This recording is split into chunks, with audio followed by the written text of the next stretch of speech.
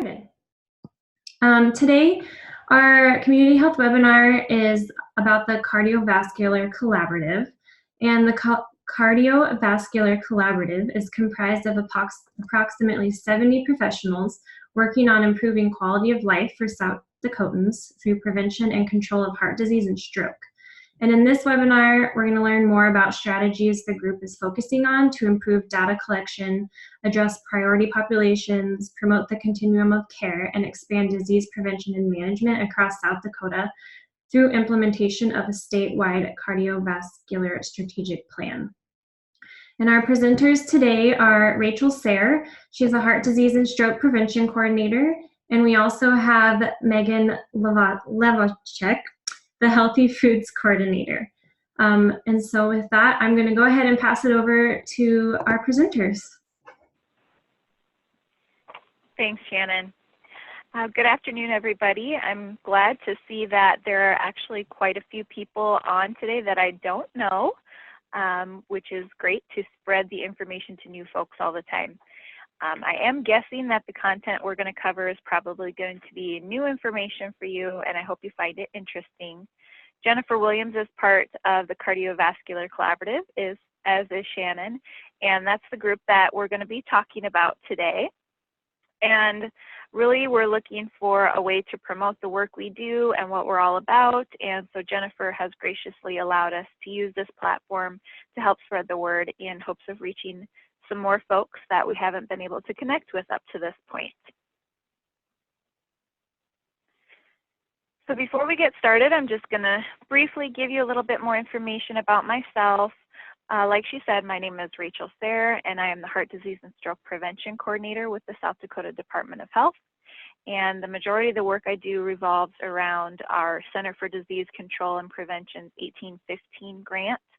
I mostly focus on high blood pressure and high cholesterol prevention through initiatives including quality improvement, expanding team-based care, promoting medication therapy management, and implementing self-measured blood pressure monitoring programs across our state.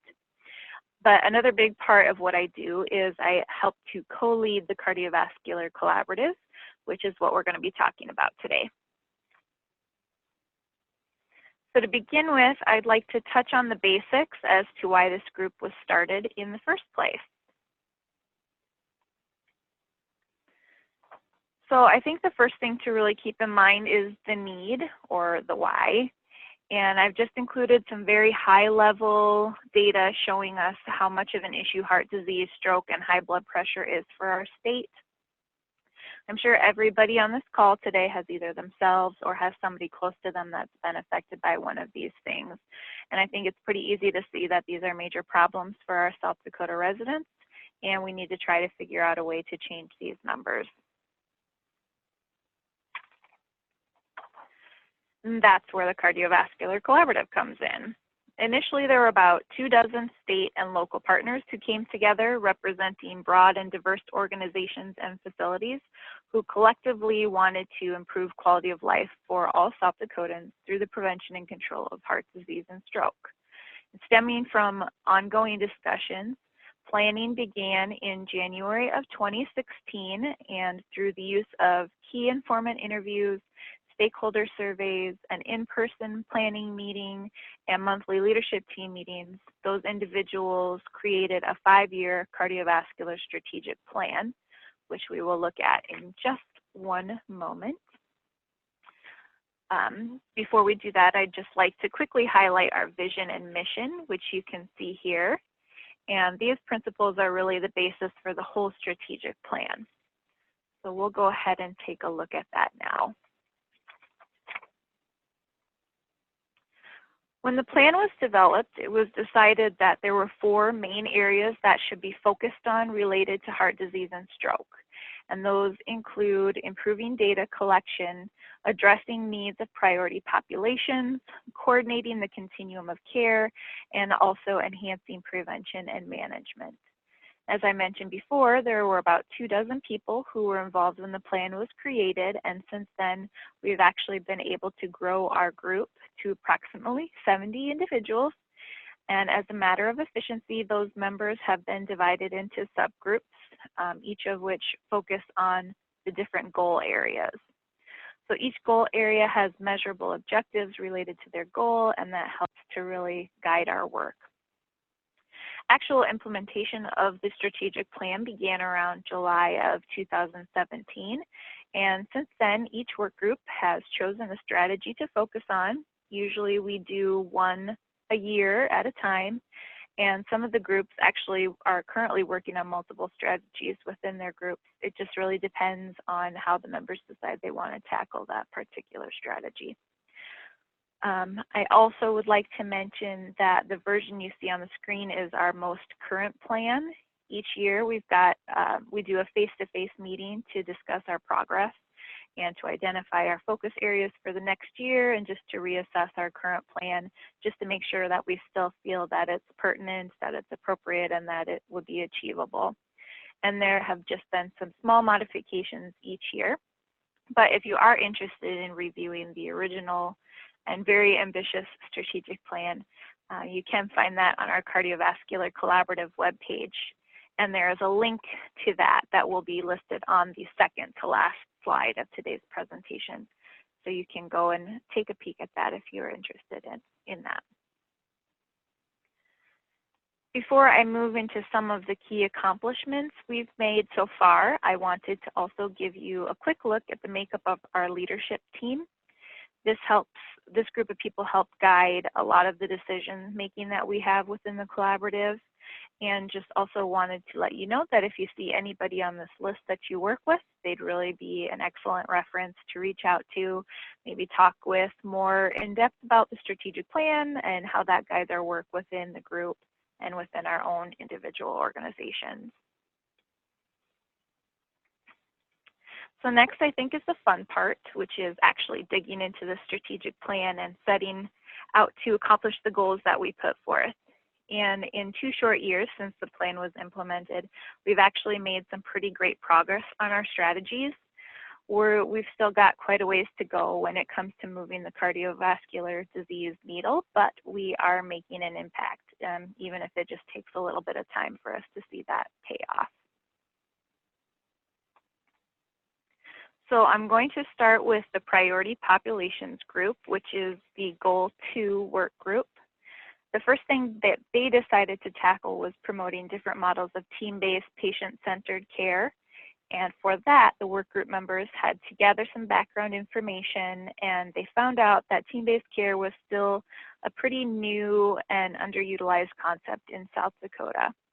So there was a lot of uncertainty about what is considered team-based care, what types of team-based care models are out there, and how team-based care can be incorporated into South Dakota's rural healthcare environment.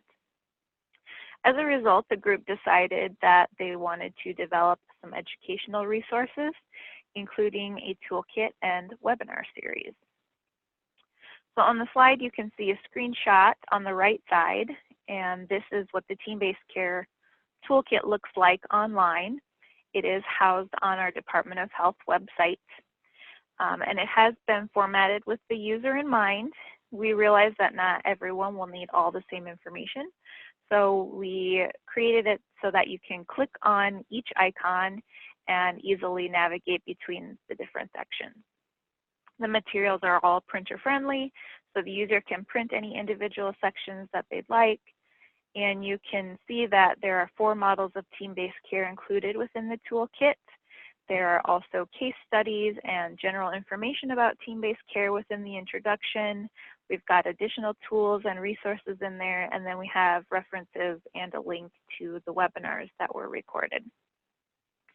And while Goal 2 felt that the toolkit would be very helpful, we also understood that supplementing that resource with some additional information and real-life scenarios would be beneficial. And this provided participants the opportunity to better ask questions and share ideas, and hopefully engage with other professionals interested in learning more about team-based care. So we decided to plan 4 monthly webinars, 1 each month beginning in December 2018, with the first one being an introduction to the online toolkit. The webinar reviewed the different features of the toolkit and showed users how to easily navigate between the different sections, and was actually very well received. For our second webinar, we decided that we wanted to look at the two most common models of team-based care for South Dakota, which are the Medicaid health homes and patient-centered medical home models. And we discussed the different requirements for each, benefits, and then examples of how these models have been implemented in South Dakota. Our third webinar described the experience several clinics have with implementing team-based care into their facilities and touched on the benefits to both the patients and the practitioners. And then our final webinar, we looked at what it's like to implement and utilize team-based care amidst the challenges of serving our rural and frontier communities, because we know that always is an added challenge when we're looking at our rural environment here in South Dakota. So after the Goal 2 work group completed the team-based care toolkit, they decided excuse me, to shift their focus to promoting community health workers, which I'll also refer to as a CHW. You may or may not be familiar with what a CHW it is, depending on what sector you work in, but they are similar in some of the services that they provide to what a community health representative would be doing within the tribal community. Not exactly the same, but that's about our best comparison that we have right now. And it has been shown that the use of CHWs has really improved health outcomes across the nation. So Medicaid recently within South Dakota instated reimbursement for certain CHW services. And since this profession has not been widely utilized within our state, it's going to be really important for us to educate on the role of the community health worker and look at ways that they can be integrated into the healthcare team, what services can be reimbursed, and the like. So the Goal 2 group decided to create a resource guide and put that together to help shed some light on these topics. And that document is actually in its final stages of review right now, and it should be available within the next couple weeks.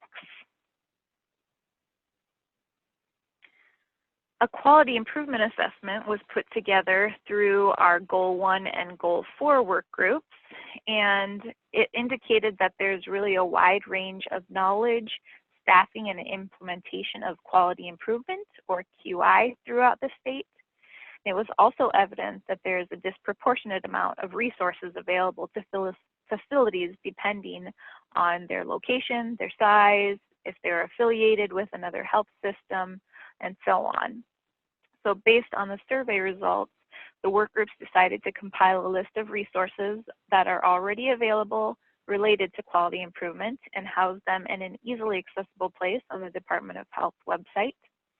And a screenshot of the landing page can be seen to the right side of the slide here. After completing that, the work group decided to actually expand this resource guide into a toolkit, which will include further information related to the QI process, as well as case studies and then some additional other helpful materials. And this is also in the process of being finalized and uploaded to the internet and should be available within the next few weeks as well.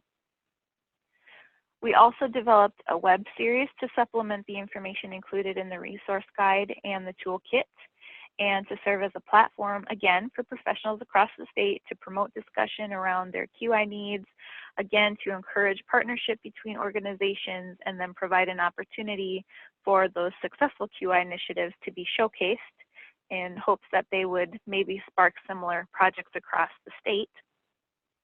The first webinar we had showcased the return on investment related to continuous quality improvement, showcasing several examples of the business case for ongoing QI initiatives. The second webinar gave a nice overview of quality improvement and looked at what it is in general, gave the very basics, how it's used, how it ties into population health, and so forth. The most recent webinar we had actually shared examples of case studies within South Dakota facilities and gave us some perspective on how QI can be incorporated within a rural setting. And then we will be having one more webinar, which is tentatively scheduled for November. And with that one, we're going to walk through the various features of the toolkit and do a live demonstration of how to navigate that online document.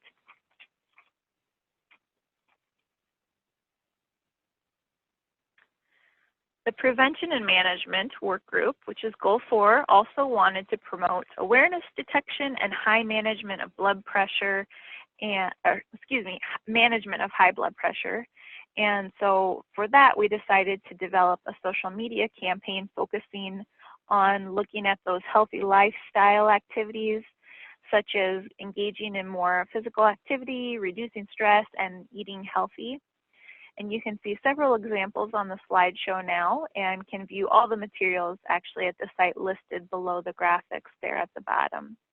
We're also able to incorporate some materials from the Feed Your DNA campaign, which Great Plains Tribal Chairman's Health Board did, and that helps to better speak to our Native American population through the use of different traditional recipes, which is very exciting. And one of the last big accomplishments coming out of the Cardiovascular Collaborative during the past couple of years is the development of the Cardiac Ready Communities program. And I'm not going to talk about that too much because Megan Lovacek, our next speaker, is really going to go into more information about this work. So with that, I will pass things over to you, Megan. All right, thanks, Rachel. Hi, everyone. As Rachel said, my name is Megan Lovacek, and I work at the Department of Health as well, and so I'm excited to tell you guys a little bit about the Cardiac Ready Communities program. Rachel gave, kind of a brief overview of some of the other projects that the Cardiovascular Collaborative has been working on, but we're going to give you a little more in-depth look at this particular project.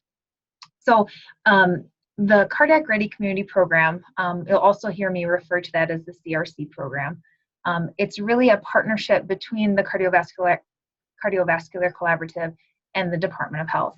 And so really the main focus is to educate, equip, and empower community members to be better prepared and to be more confident in helping someone that's experiencing a cardiac event before the ambulance gets there.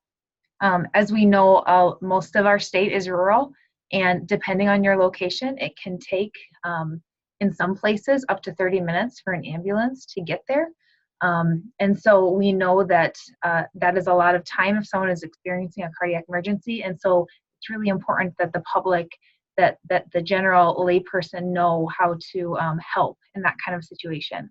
And so it's really about a collaborative response to a public event, and they refer to that as what's called a system of care. So that's where like that layperson, which would be like your general public, dispatchers, EMS, police, fire, hospital staff, it's getting all of them to work together to better the community and to be more prepared. So with that, I'll have you move on to the next slide, Rachel. Thank you. So the CRC program, it really promotes the American Heart Association chain of survival, which improves the chance of survival and recovery for victims of cardiac events. So that's what you see on the left side of your screen there. And so the chain of survival has 5 links to it. It's early recognition of a cardiac emergency and calling 911. It's early CPR with an emphasis on chest compressions. The third one is rapid defibrillation, so basically use of an AED. Effective basic and advanced EMS services, and then finally advanced life support and post-cardiac arrest care. And you'll notice along the bottom of that graphic, it really illustrates the collaborative response that's needed when there's that public cardiac event. It really does require the public, EMS, hospital, everyone working together to make sure that people survive those events. So again, the CRC program really promotes this chain of survival, and it does that by, we created 9 focus areas that really support the chain of survival. And the CRC program defines what a community must do to receive this cardiac ready community designation by meeting the criteria in these 9 focus areas. And so I'll talk a little bit about each one of those areas just to give you a little more detail about what this would include for a community. So focus area number one really, and I'll have, yep, you can stay on that for me, Rachel. It really focuses on community leadership. And so this is, focuses on building a team to work towards that cardiac ready community designation. So it generally starts out with just one or two people that hear about the program, that have an interest in the program, and then it's about building a team in your community and ensuring the right people are at the table. And so this kind of goes back to that system of care that I mentioned, that it includes, the public, it includes business owners, it includes survivors, it includes EMS, police, fire, hospital staff. We need to have all those people at the table when you're working towards this designation. The CRC team in that first focus area, they're also going to be responsible then for data collection and reporting on the different efforts that have taken place. So focus area number two is centered on community awareness campaigns. So the CRC team needs to consider campaign development, promotion, and then evaluation. And really that campaign, we want it to be targeted to people to reduce their risk of a cardiac event, but also then just as importantly, if it would happen, what they should do. For focus area number three, that is about creation of a community blood pressure control program. And so that's really about establishing a blood pressure control program to ensure community members are checked, that they change their levels and that they can control their blood pressure levels. And so it's about, awareness, screening, and education for those community members. But the other part of this focus area is also making sure that there's proper screening, referrals, and follow-ups that are taking place in the healthcare systems. Focus area number four, that really centers on CPR and AED training. So training is important for all community members. The public needs to be able to be trained to initiate CPR and to know how to use an AED. But that training is also important for first responders like policemen and firefighters. They need to be trained to be able to provide CPR, but then it's also important that their vehicles are all equipped with AEDs. Number five kind of feeds off of number four. So number four is about CPR and AED training, and then number five is about assuring the public can access an AED when they need to. And so public access AEDs should be deployed in target areas throughout the community. So that could be in like churches, schools, any kind of public building, private businesses, with the goal being that a shot could be delivered within 3 to 5 minutes of the event taking place. And so it's really important to have those AED locations mapped out. And we also want to make sure that they're reported to the 911 dispatcher and ambulance services so that they're aware as well. Focus area number six, that's really about EMS dispatching programs. So 911 dispatching is really a key element in the chain of survival. Having dispatchers that are adequately trained allows them to use predetermined protocols for both dispatching the correct resources when there's an emergency situation, but also being able to give instructions to the victim and the bystanders before arrival of the ambulance. Recent studies actually have shown that simply having dispatchers coach a caller through the steps of hands-only CPR vastly improves their chance of survival, while risks from doing CPR on someone who maybe doesn't need it are actually relatively low. There's also strong evidence to show that dispatching police and firefighters to these types of situations may be a good idea because they might be closer to the emergency. And again, if they are trained in CPR and if they have AEDs in their vehicles, it greatly improves the chance of survival for that person. For focus area number 7, that is around EMS services. So having a well-trained EMS is critical for critical for an out-of-hospital cardiac event. And so utilizing high-quality CPR, including like access to a Lucas device, using an AED as soon as possible, and having access to an EKG to then alert the receiving hospital of the patient's condition, those are all really important steps as well. High-quality CPR can also be administered by an EMT or healthcare provider, and that's really important. That high-quality CPR piece is really important as far as the individual being able to survive neurologically intact. Focus area number 8, that's about hospital services. And I know this can vary greatly depending on the community and what you have available for hospital services. But it's really designed, our program is designed to ensure that all hospitals are trained and they're utilizing high quality CPR and that they're using data analysis to really drive performance improvement. Hospitals that have improved cardiac survival rates are prepared for cardiac events, and they seem to share common characteristics. So some of those common characteristics are the ability to receive, interpret, and make decisions prior to the patient arriving based on that incoming information from the ambulance. Also, all emergency department personnel are trained and use high-quality CPR. Critical access hospitals they have established protocols for stabilizing and transferring patients. And then PCI hospitals, making sure they're STEMI prepared, and also that hospitals are ensuring that consistent data analysis and quality improvement. And then finally, the last focus area is CRC program evaluation and sustainability. So, this really focuses on making sure that items are being correctly implemented in focus areas number 1 through 8, right? Making sure there's periodic review, but also another thing that's mentioned in this focus area is doing some, creating some practice scenarios that include all those steps in the chain of survival. Rachel, have you move on to the next slide. So those are the 9 focus areas, and I just wanted to give you a little bit of information about each one of them. But the idea is for a community to be designated as cardiac ready, they would need to reach a minimum score in each of those focus areas. And all of this information, all the details about this, we do have available, of course, in our Cardiac Ready Community Program Guide. So anyone or any community, has access to that and can learn more about this. And then, of course, communities will also work with myself at the Department of Health program to help them reach, that score that they need to reach designation. Next slide. And then I also wanted to mention our implementation checklist. So this is also something that's available in the program guide.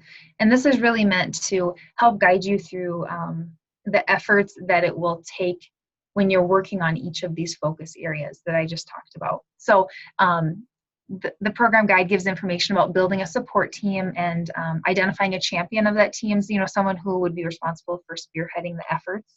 The next item would be submitting a letter of intent. So this is just to let the Department of Health know that your community is wanting to obtain designation, and it gives us some contact information. So on the right side of the screen there, you can see that is all that is included in the letter of intent. It's just very basic information that then would get sent to me so that I know that your community is interested, and so we can start having communications, and I can help the community in any way that I can to help them reach that designation. The next item on the checklist there you'll see is completing an initial assessment. So this is really what the team will do at the very beginning. When they're interested in this program and they've found their team and they've submitted their letter of intent, then they need to kind of look at all these focus areas and think about where they are at that point in time. And that will be determining their initial scores. And then that really helps them to see, when they then look at what the minimum score would be for designation, they can see how much they need to work on and kind of what areas they need to work on. And that's really the next step, is selecting, a focus area that needs some improvement and creating an action plan to help meet those objectives. We give an example, some example action plans in our program guide that you can go off of. We encourage everyone to, of course, use SMART objectives, so that everything is measurable. And then within that focus area, we want the group to promote any efforts that they're doing and then monitor and evaluate their progress in that focus area. And so then if you go down a little farther in our checklist, once you feel like one focus area, you've done some things in it, you have increased your score, you've reached the minimum score that you need for that area, then we encourage the group to, okay, now let's look at another focus area and repeat that process again. So like I said, once the community has reached the minimum score in each of these areas, then they can submit the CRC designation application. And that application is at the end of the program guide, so you'll have that right from the beginning to see what it is you need to include. You'll also have a final meeting with Department of Health, and as long as all items are met at that point, the community will receive their designation, which is really exciting. You can move on to the next slide, Rachel. So that is kind of in a nutshell what the program is about. And I know that's, I'm hoping that's enough to get you interested, and that it's something that maybe you yourself are interested in starting in your community, or maybe you know of partners that you feel like this would be a really good fit for some of the work that they're doing. As you can see, it's with the 9 focus areas and the implementation checklist. This is not something that would happen overnight, you know, in your community. This is something that will take a little bit of time. And we don't want that to deter people, right? We don't want that to scare people away, that this will take some time and will take some effort. But on the other hand, we want to make sure that the program is truly making an impact and helping your community to be able to handle a cardiac event, and you know, and other parts of it to try and prevent cardiac events, right? Like the community awareness campaign piece, that's to also provide people with information to prevent these kinds of things. But really the core of it is if something like this is happening, how can you handle it? And we want to make sure that communities are truly ready for these types of events. And so it will take a little while. Currently we have 1 pilot community that we're working with to kind of see how this all plays out, and that is the community of Kimball. And we have a couple other communities that have showed some interest as well, which is exciting. And Kimball has been working on this for a little while now. I would say we're in our 2nd year probably of discussions and working on this, and it will probably take a little while longer yet before, you know, they have reached that designation. But again, I think it's worth the wait. I think it's really valuable for a community to start having all of these discussions. And so on this last slide here, this just shows you some of the different resources that we have available. On the far right is our web link there. So that will take you to the Department of Health Heart Disease and Stroke page that specifically talks about cardiac ready communities, right? And so gives you some basic information about it. And then you will see over on the left-hand side, that is a link to our program guide. The next item is the webinar recording. And so I would really encourage you, that link is on our website. I really encourage you, if your community is really interested in this program, that would be the recording for you to look at. It goes in depth into the program guide to talk about each of the focus areas, and it really digs into that implementation checklist of ideas that can help you and resources that are available to you to help meet your objectives in all of the different areas. And so that I would encourage you to take a look at that recording. And sometimes it's, I think, easier to listen to a recording than maybe reading the entire program guide, because it really is it's really step-by-step through that program guide. So I'd encourage you to take a look at that. And then one other thing that we have listed here is the screening algorithm. So this is just an example of one of the tools that we have created to help you with your process. This screening algorithm is really for that focus area number 3, the community-based blood pressure control program. So it gives you some really helpful information there as you're going through that process. So with that, I would just really encourage you to think again about, is this something that you would like to start in your community? Is this something that some of your partners would be interested in learning more about? Check out our website, and then of course reach out to me if you have any questions or concerns along the way. Thank you.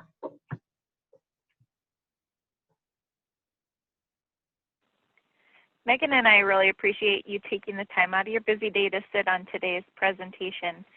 There were just a couple more things we wanted to share with you before wrapping up. And one of those things is that even though our membership has nearly tripled, we are still looking for dedicated folks who want to make a difference. We realize that there are a lot of people out there that we probably haven't reached out to yet. And we know that those folks could probably bring a lot to the table, and that is where you come in. There are many different ways that you could be involved in the Cardiovascular Collaborative and help promote our cause. And there are just a few suggestions listed on the slide now. But I would love to talk with anybody that's interested in becoming a member of our group, or even if you just want to brainstorm some ideas about how we can get our message out there. So if you have any interest in contacting me for either of those reasons, please feel free to reach out through any of the methods on the page. As I've referenced several times, the link to our Cardiovascular Collaborative webpage is listed, and it's right at the bottom there. You can find much of the content Megan and I discussed today either on that page or on one of the other offshoots of the heart disease and stroke prevention page on the DOH website. Our Facebook page is also listed, and I would encourage you to follow that either through your personal account or through your organization's account. We include a lot of really great information through there, and we also use this as a platform for promoting our different initiatives and the media toolkit that I mentioned earlier. And lastly, and probably the most importantly, I just wanted to provide an opportunity for you guys to really tell us if you have any specific needs related to cardiovascular concerns, either within your organizations or within your communities, or if there are any projects that you're currently working on revolving around cardiovascular health that you're needing assistance with. Even though our focus is really geared more toward the public health side and prevention side of things, I'm still open to questions and ideas, and I would love to see if there is an opportunity to partner on a project. So with that, I would like to open up the floor just to have any dialogue that you guys might want to discuss, answer any questions, or just bounce ideas off of each other for any projects that you might be thinking of.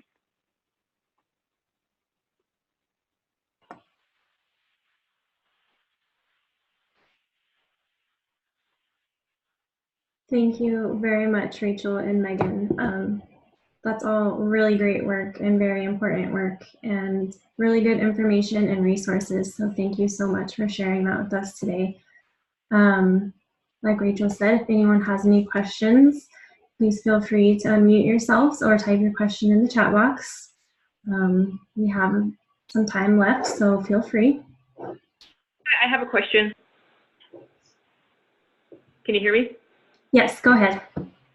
The presentation, it was really good information. It's obviously for only the folks in South Dakota. As you know, the Great Plains is comprised of more than just South Dakota. So is there anything out there that's similar in the other states within the Great Plains? I can speak to that a little bit. Most of the states will have strategic plans or a plan of some sort that will involve a cardiovascular health aspect. All of the states in the United States also have somebody working on the same type of stuff that I do through the CDC grant. So there is at least one person, if not a team, within each state and our surrounding area who are focusing on pretty similar types of projects. It just might be in different capacities based on what their state's individual needs are. And each state's plan, and like I mentioned, you know, it's going to vary just a little bit, and the structure is going to vary just a little bit, but there should be people in all of our, you know, neighboring states and across the U.S. who have at least one, if not more, people within the Department of Health or within any partnering organizations who are going to be looking at these specific types of things. Thank you. Rachel, do you happen to know of who contact in North Dakota that may be doing the same work? I do. So I talk pretty regularly with the North Dakota folks that work on both heart disease, health systems, and diabetes. So Tiffany Knopf is the North Dakota Health Systems cardiovascular person. So I could share her email information with Jennifer maybe, and then she could pass it along, but she would be the person to talk to in North Dakota. Great, thank you. And one other thing I would just add to Rachel's comment there is just specific to the Cardiac Ready Community Program. We actually developed that from the North Dakota Cardiac Ready Community Program. So I would encourage you to go out and, you know, Google North Dakota CRC and see. They have actually quite a few communities that have reached their designation because they've been doing it for a little while now. And that was really one of the main places that we used when we were developing our South Dakota guide. So North Dakota, I'm sure has one. I'm not sure about other. I feel like Montana maybe. Rachel, does that sound right? Montana does, and Wyoming was working on one as well.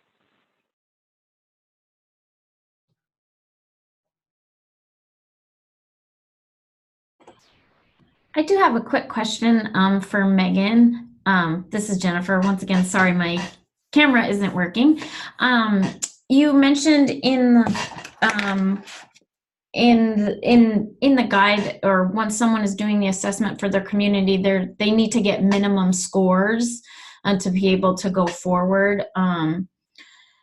If a community is lacking in one of those, the scores, maybe just missing it a bit, is there assistance that can be provided to them, or what would be the step if somebody's, just below that or something? Right, that's a good question. And that's really kind of the purpose of the program, is that we are assuming when communities go to do their scoring and they get their initial scores, that they are going to be lower. Right. Than the score that they need, that there are going to be things they need to work on. And so that guide provides a lot of resources and tools in it, of ideas, but also just that contact they're having with me. Hopefully I can help them answer kind of their questions and come up with ideas, but probably more importantly than that, connect them to other people in the community or other people in the state that can help them in certain areas so that they can eventually reach that score. And one other thing too that we didn't go into as much detail on, but let's say, for example, I believe it's focus area number 3. There are 5 different areas within that focus area. There's 5 different subgroups, I would say, that focus on different things. And so we would just encourage that they get and I don't have it right in front of me, I apologize, but for example, get a minimum score of 8 in 3 of those areas. And so it might not be that they have to reach, the top score in all 5, but we want them to get a majority score in 3 of them, for example. So there is some leniency and some wiggle room there. And the other thing too that I like about them submitting a letter of intent and just having that contact with me is I truly feel like this can be flexible, because we know that all communities are a little bit different and they're set up a little bit differently. And so we just want to make sure that, the community is prepared. So if that means we need to look at some of those scores and kind of tweak the language or tweak the scoring a little bit, depending on, what they feel like their most important factors are, that's certainly an option. It's not set in stone. Okay, great. Thank you.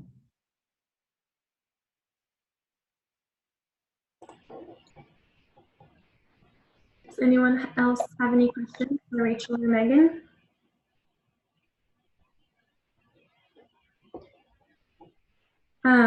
I did put an evaluation link in the chat box.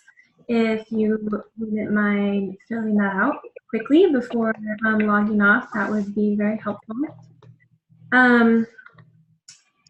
Like I mentioned, I don't know if I mentioned earlier, but this webinar has been recorded and we will be sending out a YouTube link. So if you are new to these webinars, go ahead and drop your email in the chat box just to make sure that you're a part of the follow-up email and that you get the recording. Otherwise, feel free, if you think of questions later, to reach out to myself or Rachel and Megan. And thank you again very much to our presenters for sharing all this information with us. We'll stay on a little bit longer if anyone has any other questions. Otherwise, thank you all very much for joining and hope you have a good day. Thank you, everybody. Thank you so much, Rachel and Megan. Thank you.